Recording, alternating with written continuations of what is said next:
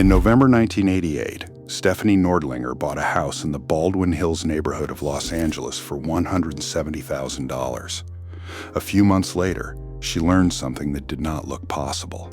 Her general property tax bill was about $1,700. A comparable house 1 block away, identical in size and sitting on a slightly larger lot, carried a general levy of about $358, nearly 5 times less.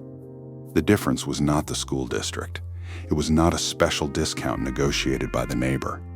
And it was not that Nordlinger had bought a mansion next to a bungalow.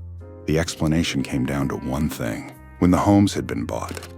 That strange result traced back to a California voter revolt in 1978, a revolt meant to stop people from being taxed out of homes they already owned. Proposition 13 worked. It cut property taxes dramatically and made future increases far more predictable. But it also rewrote the relationship between property, time, and government. So the real question is not whether Proposition 13 lowered taxes. It is who the new rules protected, who inherited the other side of the bargain, and how one California revolt changed the politics of taxation far beyond California. A house can make you richer on paper while making it harder to afford staying in it. That was the pressure building across California during the 1970s. Home prices were climbing rapidly. The median price of an existing California home rose from a little over $31,000 in 1973 to more than $62,000 in 1977. Under the old system, property was assessed much more closely to current market value. As prices rose, assessments could rise with them.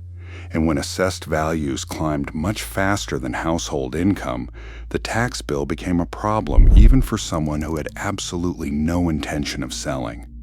Some homeowners saw property tax bills double or even triple over relatively short periods. For homeowners living on incomes that had not doubled or tripled, the result was one heck of a squeeze. The house might be worth more than ever, but the new value did not arrive as cash in the checking account. A retiree could be sitting on a valuable house and still struggle to pay the bill attached to it. If you want more stories about the decisions hidden inside the bills Americans still pay, subscribe to How America Became.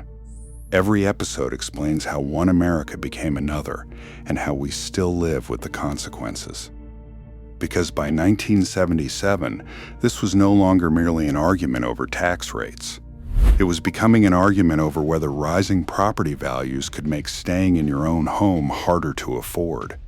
California lawmakers considered roughly 22 property tax reform plans before voters finally took the issue away from them. Property tax relief had been debated for years. Legislators proposed one approach after another. Yet when the California legislature adjourned in the fall of 1977, it still had not produced the kind of broad relief angry property owners were demanding. The legislative failure changed the story. California had a political weapon most states did not use as aggressively: the ballot initiative. Gather enough valid signatures and voters could bypass Sacramento and propose a constitutional amendment themselves. The legislature eventually put its own competing property tax proposal before voters. By then, however, the center of gravity had moved. Homeowners were no longer waiting for elected officials to settle the argument.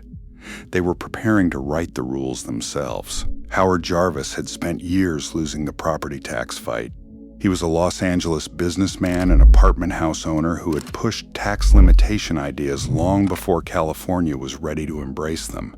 Paul Gann, a retired businessman from the Sacramento area, had also tried and failed to advance property tax relief.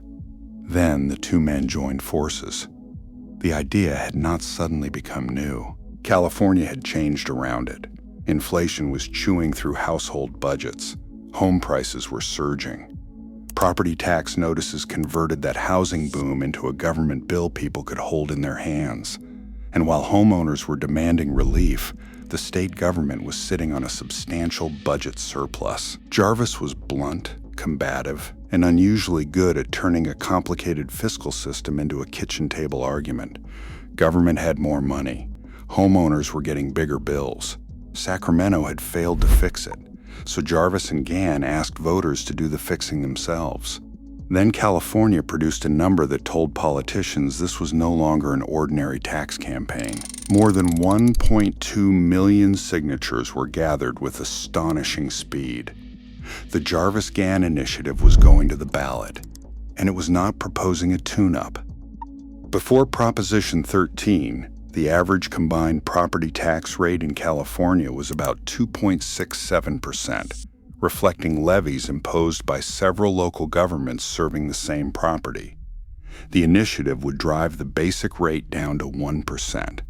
But that was only half the bombshell. It would also roll taxable values back toward their mid-1970s levels and fundamentally restrict how fast those assessments could rise afterward. This was not a cheaper version of California's existing property tax system. Voters were being asked to build a different one. The most important part of Proposition 13 was not actually the number 1%. It was what happened to the meaning of a home's value. Under the new framework, the base taxable value of property generally became tied to its acquisition value. After that, the assessed value could ordinarily rise by no more than inflation or 2% a year, whichever was lower, until a qualifying change in ownership or new construction triggered reassessment. On paper, this sounds technical. Its effect is anything but. Imagine buying a house for $100,000. Over many years, the market says it is worth $300,000. Your taxable value does not automatically jump to $300,000 with it. It can climb much more slowly. But sell the property, and the new owner generally starts with a tax base tied much more closely to the new purchase price. Now the mystery from Baldwin Hills starts making sense. Two houses can look nearly identical. The market can value them similarly. Yet for property tax purposes, they may practically live in different decades. On June 6, 1978, Californians did not squeak Proposition 13 through. They handed it 64.8% of the vote. It carried 55 of the state's 58 counties. This was no narrow protest vote. It was a political earthquake. The measure amended the California Constitution. And for property owners, the effect arrived fast. The Supreme Court would later note that a homeowner with a $50,000 house could receive an immediate property tax reduction of roughly $750 a year. For a middle-class family in 1978, that was real money. Supporters had said homeowners needed protection from tax increases they considered unpredictable and punishing. On that promise, Proposition 13 delivered. But there was a catch waiting on the morning after the election. Constitutional amendments can cut tax bills. They cannot make the expenses of government disappear. The tax revolt hit California's local treasuries like a trapdoor opening underneath them. Official state analysis later concluded that property tax payments fell by roughly 60% almost immediately. A federal review in 1978 estimated that local governments were facing about $7 billion a year in lost property tax revenue. For homeowners, the reduction was the victory. For counties, cities, school districts, and special districts, the same number represented missing money. Schools still opened. Firefighters still answered calls. Counties still operated courts, health programs, welfare systems, and other services. Yet the old property tax rates could not simply be restored. The 1% ceiling was now written into California's Constitution. So the political fight over what homeowners should pay instantly became another question. Who would pay for the government that remained? And here is one of the strangest twists in the whole story. A revolt against government helped give Sacramento more control over local money.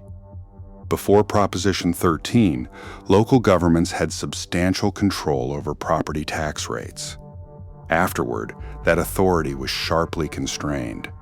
There was now a smaller property tax pool operating under statewide constitutional rules. And Sacramento took responsibility for establishing how that money would be divided among cities, counties, schools, and special districts. On paper, it sounds like accounting. In practice, it was power. Voters had limited the ability of government to raise money from property. One consequence was that city halls and county governments became more dependent on decisions made at the state level. Proposition 13 reduced one kind of government authority while strengthening another. The tax revolt had been sold as a way to get government off homeowners' backs. It also pulled Sacramento deeper into local finance. California cut local property tax revenue by billions, and then used billions from Sacramento to keep local government functioning. The state had accumulated a large surplus before Proposition 13. In the first fiscal response, roughly $4.1 billion of state money was planned to cushion local governments from the sudden revenue loss. The legislature passed Senate Bill 154 as an emergency measure. A year later, Assembly Bill 8 created a more durable system for allocating the smaller property tax pool and shifted some county and school costs toward the state. The details could make your eyes glaze over. The transformation should not. Before Proposition 13, property taxation was much more locally controlled. After Proposition 13, the tax itself was constrained by statewide rules. The state determined how much of the 1% pool went to different local governments, and Sacramento assumed greater fiscal responsibility for services that local property taxes had helped finance. California had not simply cut a tax. It had rewired the machinery connecting homeowners, city halls, school districts, county governments, and the state capitol. A decade later, Stephanie Nordlinger discovered exactly what that new machinery could do on a single Los Angeles street. When Nordlinger bought her Baldwin Hills house in 1988, the sale triggered reassessment near her purchase price. Her neighbor's comparable house remained tied to an older taxable base that had been increasing only within Proposition 13's limits. By 1989, the Supreme Court later noted, the 44% of California homeowners who had owned their homes since Proposition 13 was enacted were paying only about 25% of the more than $4 billion in residential property taxes paid by homeowners statewide. The disparity was not an accounting error. It was the predictable result of acquisition value taxation. Nordlinger argued that forcing owners of similar homes to carry dramatically different tax burdens violated the Constitution's guarantee of equal protection. The tax revolt was headed to the United States Supreme Court. The Supreme Court looked directly at those unequal tax bills and upheld the system. In 1992, in Nordlinger v. Hahn, the court openly recognized that California's acquisition value system produced dramatic disparities among owners of similar property. But the majority concluded that California had legitimate reasons for distinguishing between long-term owners and newer buyers. One was neighborhood stability and continuity. Another was reliance. An existing homeowner may have structured family finances around a predictable property tax burden. A new purchaser can see the likely tax consequences before deciding to buy. The court did not rule that every homeowner was being treated identically. Clearly, they were not. It ruled that equal protection did not require California to abandon the acquisition value system. The distinction matters. The disparity survived not because nobody could see it. The disparity was obvious. It survived because the state could offer a constitutionally sufficient reason for creating it. A tax law can encourage someone to stay in a house without ever ordering that person not to move. Imagine owning California property for 30 years while market prices rise much faster than your taxable assessment. You may now possess something extremely valuable beyond the house itself, a low tax base. Selling can mean leaving that advantage behind. Buying another property can mean starting from a much higher assessed value, although California has created important transfer exceptions over time for certain homeowners. None of this means Proposition 13 alone determines whether Californians move. Jobs matter. Family matters. Mortgage rates matter. Housing supply matters. Schools matter. But taxes are part of the calculation. A rule designed to protect people who stay can make staying more financially attractive.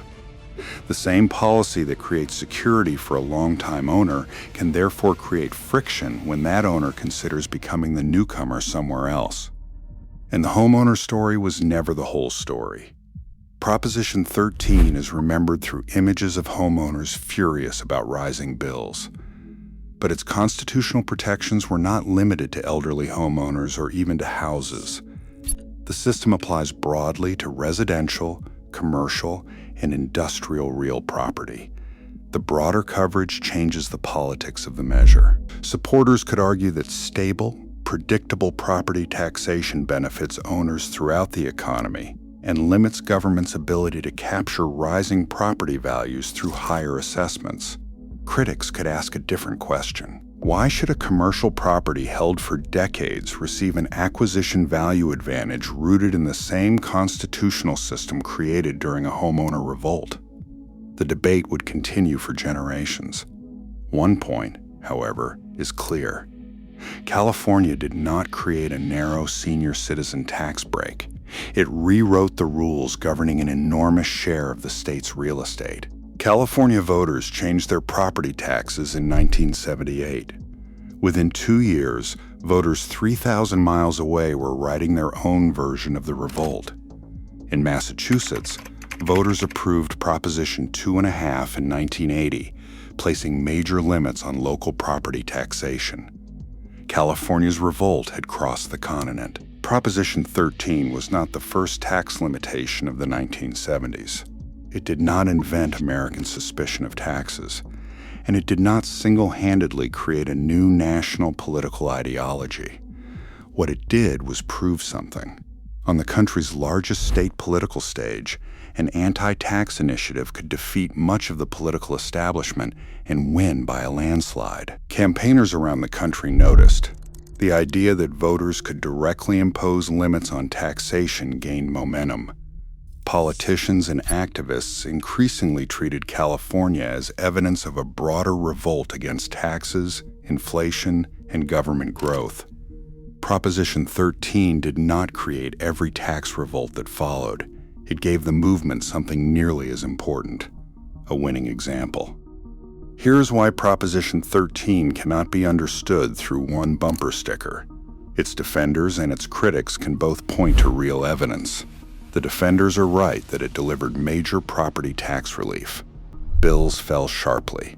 Future assessment growth became more predictable. Long-term owners gained protection from market value increases they did not control and might not have the cash income to absorb. Voters also placed stronger barriers around some future tax increases. The critics are right about something too. Comparable properties can carry dramatically different tax burdens because of purchase date. New owners can start with much higher assessments than neighbors who bought long ago. Local governments lost major fiscal autonomy. Sacramento became more important to local finance, and a valuable low assessment can make staying in place financially more attractive. These are not two separate histories. They are the same system. Protection on one side of the ledger creates a consequence somewhere else. Nearly half a century after the revolt, Californians still show remarkably little desire to simply erase the bargain. In a 2024 Public Policy Institute of California survey, 65% of likely voters said Proposition 13 had turned out to be mostly a good thing for the state. Its durability may be the final clue to why the measure has endured. The trade-offs are not secret. Californians have spent decades arguing about them. Its protection, however, is concrete. A homeowner can look at a property tax bill and understand what predictability is worth. For someone whose home is the largest asset they own, and perhaps part of the retirement they are counting on, that security can matter enormously. But go back to Baldwin Hills and the other side becomes just as concrete. One street. Comparable houses. Stephanie Nordlinger paying about $1,700. A nearby owner paying about $358. The gap was not a glitch. It was the system working as designed. Before 1978, California property taxation was built much more heavily around current market value and local control. After 1978, purchase history became central to taxable value.